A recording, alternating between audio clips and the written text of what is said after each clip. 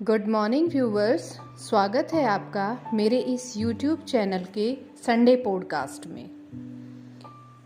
ये ज़िंदगी बहुत छोटी सी है, न जाने कब ये चंद सांसों का सफ़र मुकाम पर पहुंचने से पहले ही ख़त्म हो जाए।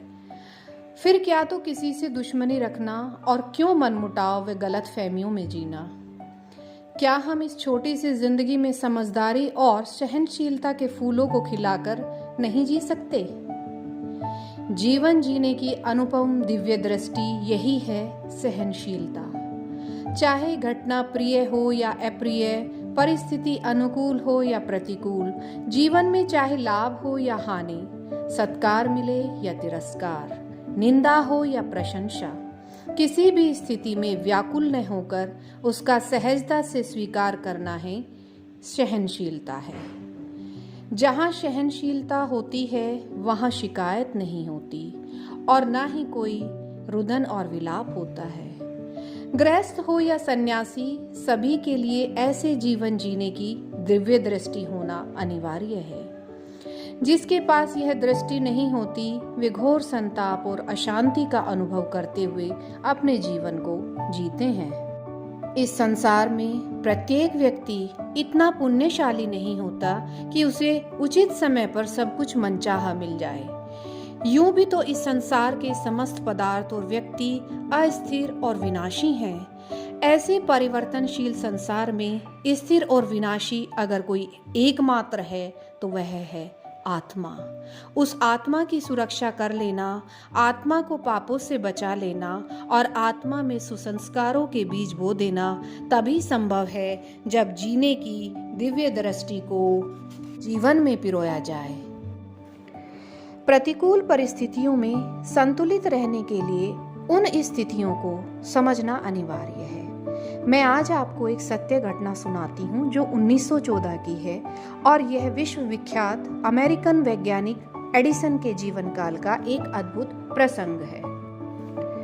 प्रतिकूल परिस्थितियों में संतुलित रहने के लिए उन स्थितियों को समझना अनिवार्य है। मैं आज आपको एक सत्य घटना सुनाती हूँ जो 1914 की है और यह विश्व विख्यात अमेरिकन वैज्ञानिक एडिसन के जीवन काल का एक अद्भुत प्रसंग है।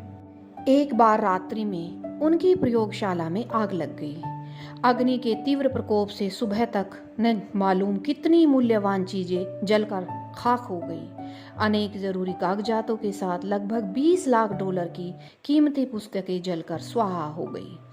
इतना सब नुकसान होने के बावजूद भी सबसे अधिक दुख की बात यह थी कि एडिसन की 30 वर्ष पुरानी एक महत्वपूर्ण डायरी भी जलकर ध्वस्त हो गई, जिस डायरी में एडिसन ने अपने समस्त आविष्कारों से संबंधित रहस्यों की एक सूक्ष्म जानकारी लिखी हुई थी। प्रातः जब एडिसन प्रयोगशाला के अग्निकांड को देखने के लिए पहुंचे तो बड़ी धैर्यता के साथ जली हुई सारी चीजों को गौर से देखने लगे। उनका बेटा यह सब देखकर बहुत उदास हो गया और एक कोने में जाकर बैठ गया। बेटे को इस प्रकार निराश होते हुए देखकर एडिसन ने पूछा, बेटा, तुम्हारी माँ कहाँ है? उन्हें भी शीघ्र बुला कर लाओ, क्योंकि ऐसा विध्वंसकारी दृश्य उसे जीवन में दोबारा देखने को नहीं मिलेगा। दूसरे दिन एडिसन जीवन की सारी आशाओं व सपनों की राख के बीच प्रयोगशाला में घूम रहे थे।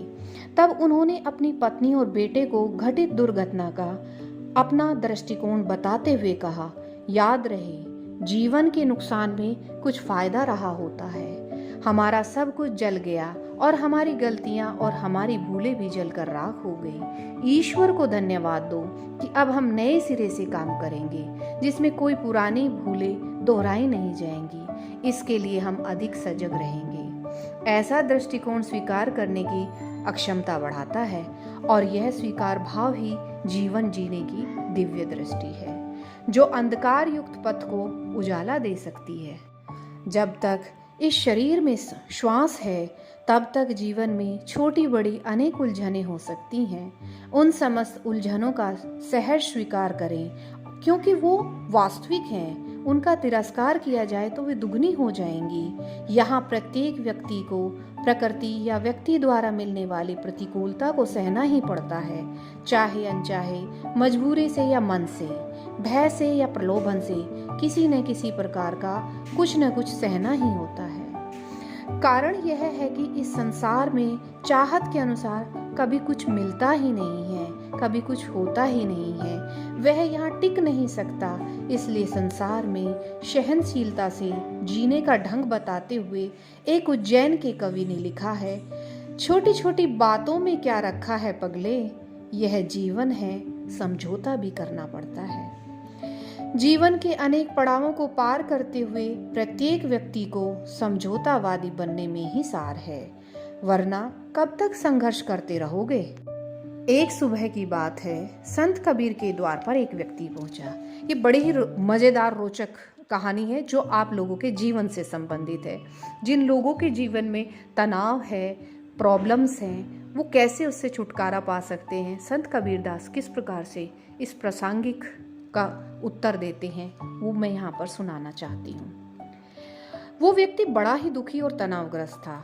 उसने अपनी पीड़ा जाहिर करते हुए कहा, कबीर जी, मैं तो बहुत दुखी हो गया। मेरी पत्नी मेरा कहना ही नहीं मानती। हम दोनों का आपस में सदा क्लेश रहता है, किसी न किसी बात पर बना ही रहता है। इससे घर का वातावरण भी बड़ा अशांत रहता है। कोई ऐसा शांति मंत्र मुझे दीजिए जिससे घर में शांति हो जाए।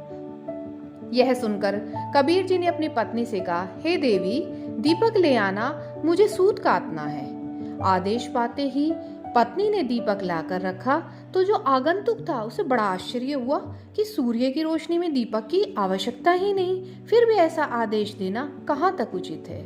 और पत्नी भी कैसी पागल है कि कहने मात्र से चुपचाप दीपक जलाकर रख दिया। थोड़ी ही देर में कबीर जी की पत्नी दूध के 2 गिलास रख गई। कबीर जी ने 1 गिलास मेहमान को दिया और दूसरा स्वयं पीने लगे। कुछ ही क्षणों में कबीर जी वो दूध पी गए और उस मेहमान ने अभी तक 1 घूंट ही पिया था। इतने में कबीर की पत्नी ने रसोई घर से पूछा, दूध में मीठा तो ठीक ठाक है ना, शायद मैं भूल तो नहीं गई थी। तब कबीर जी ने उत्तर दिया, नहीं देवी, दूध में पूरा मीठा है। हालांकि सच्चाई यह थी कि वह दूध मीठा था ही नहीं, क्योंकि उसमें मीठा डालना भूल गई थी। यह सब सुनकर वह दंग रह गया कि यह कैसी अटपटी बातें हैं इस परिवार में जो चल रही हैं। जब उसने अपने प्रश्न का उत्तर मांगा तो कबीर जी ने शब्दात्मक उत्तर न देकर क्रियात्मक रूप से उत्तर दिया। उसके दूध वाले गिलास में 1 चुटकी भर राख डाली और कहा, इसे पी लो तो तुम्हारे प्रश्न का उत्तर तुम्हें मिल जाएगा। वह तुरंत ही उसे पी गया। कबीर जी ने पूछा, भैया, दूध के स्वाद में कुछ अंतर आया? वह बोला, नहीं, कोई खास फर्क नहीं लगा। ऐसा दूध फिर भी पिया जा सकता है। तब हंसते हुए कबीर जी ने कहा, जीवन में जो भी प्रतिकूलता है वह मात्र चुटकी भर राख जितनी है, और यह अमूल्य जीवन तो दूध से भरा हुआ एक प्याला है। व्यूवर्स, आज मैंने आपको इतिहास के पन्नों से 2 छोटी छोटी कहानियाँ आपसे साझा की हैं और मुझे आशा है कि ये कहानियाँ आपको जीवन में प्रेरणा देंगी, दिव्य दृष्टि से दृष्टिगोचर करेंगी और आने वाला दिन आपका शुभ रहेगा। और आपको अगर मेरी वीडियो अच्छी लगी है, पसंद आई है, तो मेरी वीडियो को लाइक करना, शेयर करना मत भूलिएगा। Thank you. Have a nice day. Bye bye.